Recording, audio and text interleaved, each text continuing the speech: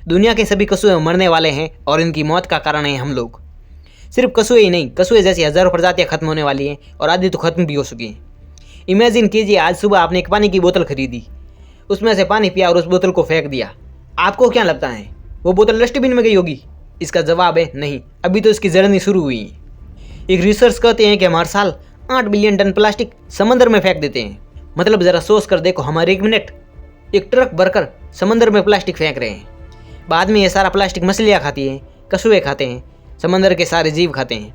बाद में या तो उन्हें भूख नहीं लगती है या फिर वे सीधे मर जाते हैं। ये देखो, हर साल लाखों सीबर्ड्स प्लास्टिक निकलते हैं, जिसके बाद वो प्लास्टिक उनके पेट में जाकर जमा हो जाता है, जिसके कारण भूखमरी के शिकार हो जाते हैं। अभी तक 60% प्रजातियों ने प्लास्टिक के टुकड़ों को खा रखा है और जिनकी मौत प्लास्टिक खाकर होती है, बाद में जो उनकी डेड बॉडी से प्लास्टिक निकलता है उसे दोबारा वही समंदर के जीव खाते हैं और ये साइकिल ऐसे ही चलता रहता है। अनुमान लगाए गए हैं कि 2050 तक समंदर के सारे सीबर्ड्स प्लास्टिक के शिकार हो जाएंगे। अब कुछ लोगों को मेरी बातों पर भरोसा नहीं हो रहा होगा, तो चलिए मैं आपको एक ऐसी जगह पर लेकर चलता हूँ जहाँ पर आपको भरोसा हो। ये जगह है कैलिफोर्निया और हवाई के बीच की, जिसका नाम है द ग्रेट पैसिफिक गार्बेज पैस। नाम सुनकर ही पता चल गया होगा कि इसमें खास क्या है। ये एक समंदर का पार्ट है जहाँ प्लास्टिक ही प्लास्टिक है। ये एरिया इतना बड़ा है कि अगर यहाँ पर आप फ्रांस और थाईलैंड को भी जोड़ दो तो भी इसका इलाका बड़ा दिखाई देगा। और यहाँ पर 10 करोड़ किलोग्राम प्लास्टिक तैर रहा है। मतलब इसको डिवाइड करने जाओगे तो धरती पर रहने वाले हर एक इंसान के हिस्से में 160 प्लास्टिक के टुकड़े आएंगे। और इन टुकड़ों में से 92% टुकड़े तो ऐसे हैं जो बड़ी चीज़ों के, जैसे बॉक्स, बोतलें, प्लास्टिक बैग्स, टूटी नावें, मछली के जाले। ये सब धीरे धीरे टूटकर माइक्रो प्लास्टिक में बदल चुके हैं, जिसे आज के टाइम पर साफ करना नेक्स्ट टू इम्पॉसिबल है। हर बीते साल ये समस्या और ज़्यादा गहरी होती जा रही है। कुछ टाइम पहले यहाँ पर भी साफ लहरें और नीला पानी हुआ करता था। सनलाइट्स पानी के नीचे तक चमकती थी। हज़ारों तरह की मछलियाँ, व्हेल्स और कछुए बेफिक्री से तैरते थे। लेकिन आज ये गार्बेज के नाम से जानी जाती है। ये वही जगह है जहाँ मछलियों की जगह अब प्लास्टिक तैर रहा है। ये वही जगह है जहाँ मछलियाँ और व्हेल्स तैरती थी, लेकिन आज यहाँ तैरते हैं प्लास्टिक बैग्स, बोतलें और मछली के जाले। एक टाइम था जब ये पानी भी जिंदगी देता था, लेकिन आज ये इंसान की लापरवाही का सबसे बड़ा सबूत बन चुका है। कभी यहाँ भी जिंदगी हुआ करती थी, लेकिन आज प्लास्टिक है। कभी यहाँ पर भी शांत माहौल था, लेकिन आज पॉल्यूशन का शोर है। और सबसे शॉकिंग बात तो ये है कि हर साल बढ़ता जा रहा है। यहाँ पर एक टीम आई थी जिसका नाम था ओशियन क्लीनअप।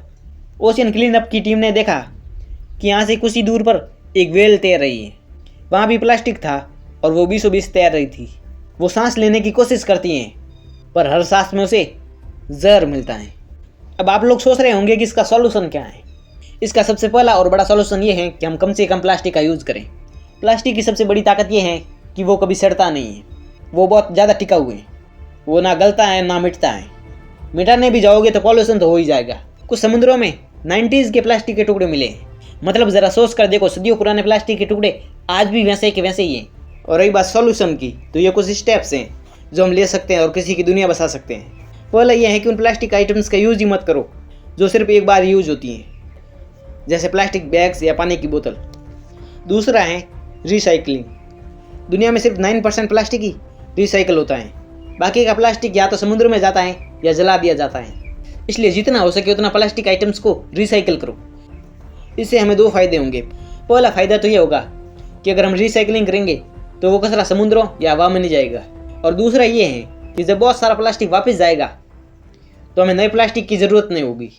जब आप कभी भी अपनी फैमिली या दोस्तों के साथ कहीं पर भी किसी बीच या रिवर के पास जाओ तो वहाँ पर कूड़ा कचरा मत फैलाओ। हो सके तो जो वहाँ पर थोड़ा बहुत कूड़ा कचरा पड़ा है उसे भी उठाओ। ऐसा करोगे तो ना कोई गाली देगा और ना आपके ऊपर कोई हंसेगा, क्योंकि ये एक प्राउड मोमेंट होगा।